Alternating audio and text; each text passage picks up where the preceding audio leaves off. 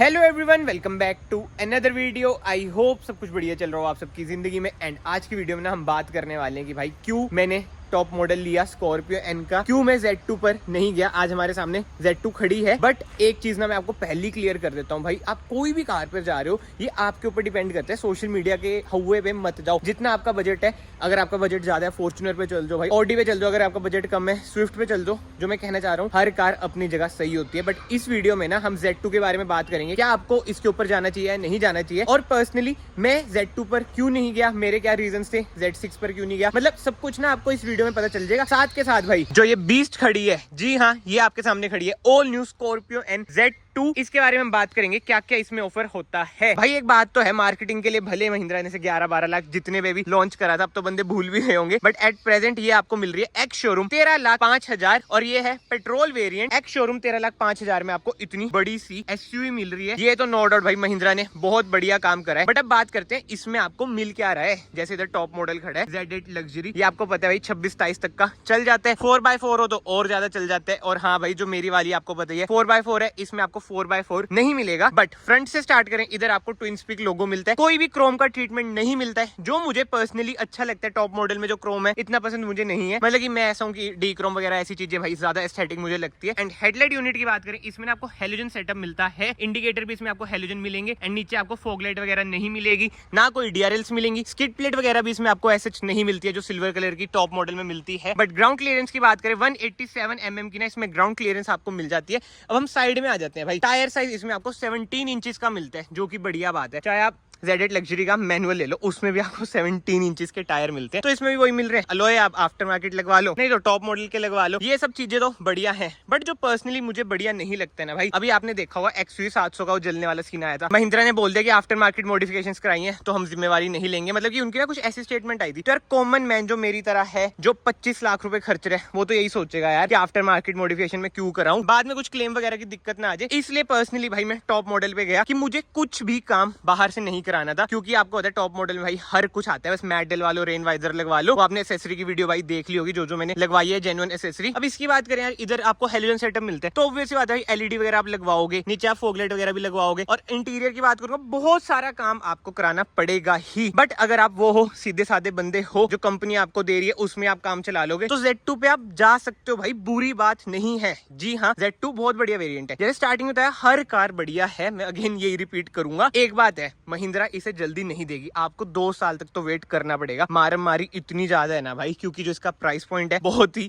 Amazing है। तो बहुत सारी बातें हैं यार, अब आपका मन करेगा ये लेना है, बट फोर्सफुली आपको शायद टॉप मॉडल पे जाना पड़े। Z6 भी आपको इतने इजीली नहीं मिलता, और Z4 तो भाई थोड़े टाइम के लिए आया था, उसके बाद तो बस भूल जाओ। बट एनीवे, वापस हम कार की बात करें, इधर आपको ब्लैक्ड आउट, मतलब कि ये नहीं कि पेंट वाले, रफ से ORVM मिलते हैं। इंडिकेटर इधर मिल रहा है भाई, नहीं तो फेंडर पे इंडिकेटर कितना बुरा लगता है, जैसे क्रेटा सेल्टोस में आता है बेस मॉडल में। एंड डोर हैंडल भी ना आपको पेंटेड नहीं मिलेंगे, ये रफ से ही इसमें आपको डोर हैंडल मिलेंगे। एंड की बात करें ना, रिमोट की इसमें आपको नहीं मिलेगी भाई, ऐसी सिंपल सी की मिलेगी। दोनों की ट्विन स्पीक लोगो इधर आपको मिल जाता है। इंटीरियर में भी अभी हम जाएंगे, बट फिलहाल हम आ जाते हैं बैक साइड पर। जी हाँ, पीछे से भी आपको कार लगभग टॉप मॉडल जैसी दिख रही होगी, बट जो इसमें फर्क आ जाता है ना, जैसे एलईडी इंडिकेटर नहीं मिलते, मैट्रिक्स इंडिकेटर आते हैं टॉप मॉडल में। और हाँ, फुट स्टेप पर भी इस वेरिएंट में नहीं मिलता, रूफ रेल भी इस वेरिएंट में आपको नहीं मिलेगी, क्रोम गार्निश भी इसमें मिसिंग रहेगा। भाई क्रोम नहीं है ये अच्छी बात है, बट रूफ रेल्स ना होना, फुट स्टेप पर ना होना, ये थोड़ा सा लगता है कि हाँ भाई मिसिंग है। बट भाई 13 लाख में और क्या लोगे, चलो 13,05,000 एक्स शोरूम ऑन रोड भाई, फिर भी देखो 15 से 16 लाख तो आपको पे करने पड़ेंगे। तो कमेंट सेक्शन में जरूर बताना 15 से 16 लाख इसके लिए, या फिर क्रेटा सेल्टोस जिसमें आपको फीचर्स वगैरह भी मिल जाते हैं। और हाँ, अब मेन बात, जो बंदे कहते हैं कि भाई हम बेस मॉडल लेके टॉप मॉडल बना लेंगे, भाई इसका क्या करोगे, डिफोगर ही नहीं है इसमें। अब वो अलग बात है, क्रोल बाग में कुछ गंदे से जुगाड़ आ जाए तो डिफोगर भी लग जाए, बट जिन्हें पता है भाई उन्हें पता है, इससे ना पीछे मुड़ नहीं सकते। जो कंपनी का टॉप मॉडल है ना भाई, वो कंपनी का टॉप मॉडल है, कभी भी ना आप मैच नहीं कर सकते। करोल बाग की क्वालिटी भाई महिंद्रा से मतलब मैच नहीं हो सकती है, कितना आप जोर लगा लो। अब जिसके पास बेस मॉडल होगा, उसने टॉप मॉडल पे कन्वर्ट कराया है, वो तो कहेगा नहीं भाई तू गलत बोल रहा है, बट डीप डाउन उन्हें भी पता है भाई, जो प्रीमियमनेस टॉप मॉडल में मिलती है ना, चाहे वो बलिनो की बात कर लो, स्विफ्ट की बात कर लो, जो कंपनी का टॉप मॉडल है ना भाई, उसका कोई तोड़ नहीं है। बट अगर बजट कम है तो इसका भी कोई तोड़ नहीं है। मैं कोई बुराई नहीं कर रहा हूँ भाई, ये माइंड में आप जरूर रखना, जस्ट एक सच्चाई में आपको बता रहा हूँ। इधर आपको ट्विन स्पीक लोगो मिल जाएगा, कोई रिवर्स कैमरा नहीं मिलता है, बट ये नीचे आपको रिवर्स पार्किंग सेंसर मिल जाते हैं। इधर भी क्रोम नहीं मिलेगा। नीचे स्टेपनी है वही 17 इंच की, इधर है exhaust note and tailgate खोल के मैं आपको दिखाता हूँ। रिक्वेस्ट सेंसर तो ऑब्वियसली बात है नहीं मिलेगा भाई। 7 सीटर कार 13,05,000 में, और क्या लोगे, ये तो अच्छी बात है। BS6 फेज 2 है, तो इधर आपको ऐसा टूल किट वगैरह भी मिल जाती है। मतलब कि नो डाउट यार, डील तो कहीं ना कहीं बढ़िया है ही, बट जो मिसिंग चीजें हैं भाई वो आप मैच नहीं कर सकते टॉप मॉडल से। चाहे आप बाहर से इसकी आफ्टर मार्केट मॉडिफिकेशन लगा लो, वाइपर मुझे पता है भाई लगवा लेते हैं लोग, बहुत वीडियोस आ रखी हैं। बट एनीवे, अब हम इंटीरियर से बात करें ना, ऐसा कुछ है भाई। इसका डोर ट्रिम सॉफ्ट टच वगैरह नहीं है, बट जो अच्छी बात है महिंद्रा ने थीम भाई कॉफी ब्लैक वाला ही दिया है। बलेखा तो पड़ेगा कि हाँ सॉफ्ट टच है, बट भाई ये हार्ड प्लास्टिक है। ORVM आप ना एडजस्ट कर सकते हैं ना फोल्ड कर सकते हैं। आई नो भाई ये भी बाहर से लग जाता है। ब्लैक आउट हैंडल मिलेंगे, पावर विंडोज के कंट्रोल, बोतल होल्डर, कुछ स्पेस एंड सीटिंग एडजस्टमेंट की बात करें, इधर से आप रिक्लाइन कर सकते हैं, बट हाइट एडजस्टमेंट नहीं है। ये भी अब बहुत बंदे बोलेंगे भाई करोल बाग से हम करवा लेंगे, जुगाड़ करा लेंगे। भाई कराने को तो कुछ करा लो, कराने को इसका रोल्स रॉयस बना लो ऊपर छत पे लाइटें लगा के। बट जो मैं कहना चाहता हूँ, आई होप आप वो बात समझ रहे हो, क्योंकि प्रैक्टिकल बात की बात है भाई, फुकरीबाजी वाली बात नहीं है। एक बार कार को स्टार्ट करता हूँ। पेट्रोल है तो जो इंजन रिफाइनमेंट है भाई बहुत ही ज्यादा तगड़ी। एंड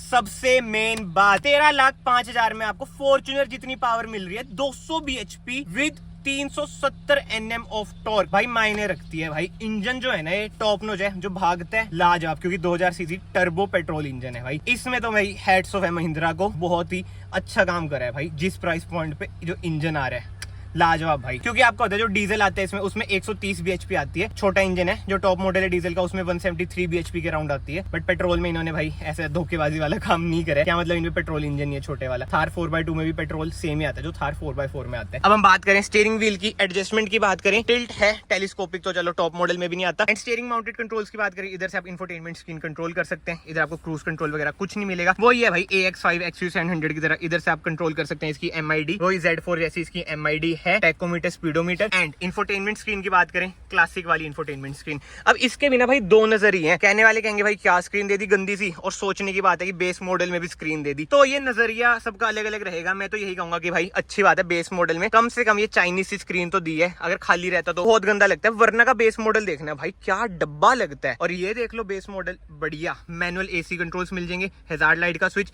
और ये वाला जो ट्रीटमेंट है ना, मुझे बढ़िया लग रहा है। मतलब कि डैशबोर्ड कार का यार बढ़िया लगता है। एंड यस, इधर आपको ऑक्स का सॉकेट मिल जाता है, USB सॉकेट। मैनुअल में ही भाई Z2 अवेलेबल है। कुछ space, manual hand brake, 2 cup holder. And armrest की बात करें, अच्छी खासी स्पेस है। ये देखो एक्स्ट्रा स्पेस है, क्योंकि भाई पीछे वो फ्लोर कंट्रोल करने का ऑप्शन है। अभी हम पीछे भी जाएंगे। एंड ग्लव बॉक्स भाई इसका कुछ ऐसा है। एंड सारी हार्ड प्लास्टिक है, फेक स्टिचिंग है, बट यार ट्रीटमेंट कहीं ना कहीं बढ़िया तो है। मैनुअल IRVM, इधर आपको सनशेड मिल जाते हैं। मिरर नहीं है, इधर भी मिरर नहीं है। केबिन लाइट की बात करें, LED केबिन लाइट, नाइस, ये तो बढ़िया काम है। एंड अब हम कर देते हैं भाई कार को बंद। अब चलते हैं पीछे से भी मैं आपको दिखा देता हूँ भाई कैसी कुछ है इसकी स्पेस। वैसे आपको पता ही है भाई, स्पेस वगैरह तो सेम ही रहती है। ये हो चुकी है भाई ऊपर 60-40 स्प्लिट का, इसमें आपको ऑप्शन मिल जाते हैं। And yes, rear AC vents मिल जाते हैं। आगे से आपको कंट्रोल करना पड़ेगा ब्लोअर वगैरह। इधर भाई आपको C टाइप सॉकेट मिल जाएगा, बट कंट्रोलर नहीं मिलता है। एंड हम्प की बात करें भाई, ऐसा इतना ज्यादा हम्प नहीं है। केबिन लाइट भाई पीछे भी है, बट थर्ड रो में केबिन लाइट नहीं है। टॉप मॉडल में ना भाई उधर भी केबिन लाइट आती है। एंड अब सेफ्टी फीचर्स की बात करें, इसमें आपको 2 एयरबैग मिलते हैं। एंड अनफॉर्चुनेटली एयरबैग एक ऐसी चीज है जो आप करोल बाग से भी नहीं लगवा सकते। अगर आपको 6 एयरबैग चाहिए